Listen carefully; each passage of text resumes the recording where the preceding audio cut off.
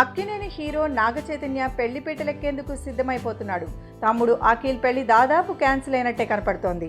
ఈ టైంలో నాగ్ ఫ్యామిలీలో చైతు పెళ్ళైతే కాస్త ప్రశాంతత అయినా ఉంటుంది. అందుకే చైతు పెళ్లి చేసేసుకుంటున్నాడని మనం అనుకోవచ్చు.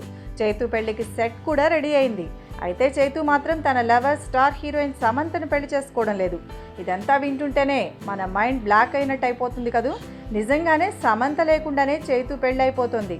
అసలు మ్యాటర్ ఏంటంటే నాగచైతన్య ప్రస్తుతం సోగ్గాడే చిన్నినాయన ఫేమ్ కురుసాల కళ్యాణ్ కృష్ణ దర్శకత్వంలో ఓ సినిమా చేస్తున్న సంగతి తెలిసిందే. ఈ సినిమాలో ఓ భారీ పెళ్లి సీన్ ఉందట. చైతు సరసన రకుల్ ప్రీత్ సింగ్, లావణ్య త్రిపాఠి హీరోయిన్లుగా నటిస్తున్నారు.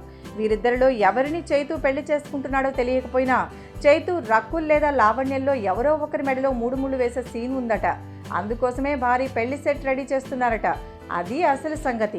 ఇక అఖిల్ శ్రియా భూపాల్ పెళ్లి క్యాన్సిల్ అయినట్టు వార్తలు వస్తున్న నేపథ్యంలో చైతు సమంత పెళ్లి త్వరగా అయిపోతుందని కూడా వార్తలు వస్తున్న సంగతి తెలిసిందే.